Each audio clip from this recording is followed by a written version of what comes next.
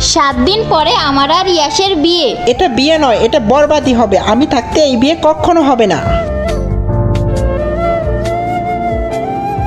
কি হলো, চলো ভিতরে। মায়া, যা কিছু হয়ে যাক ওই দরজাটা কখনোই খুলবে না। 7 দিন পরেই আমাদের বিয়ে, আর এই ঘরটাতে আজব কিছু মনে হচ্ছে। আরে এটা আমার সাথে কি হচ্ছে? আমার মুখ দিয়ে কেন গোলাপ ফুল বের হচ্ছে? যদি বাঁচতে চাও তাহলে আজ রাত ওই ঘরের মধ্যে চলে এসো।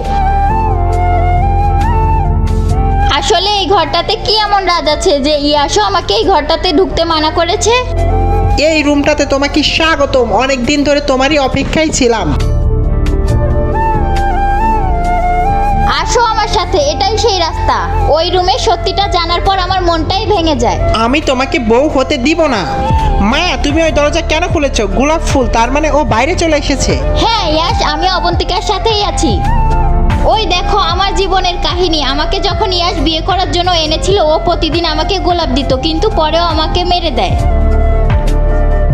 অবন্তিকা, আমি তোমার এই বদলাতে আমি তোমার সাপোর্ট করব।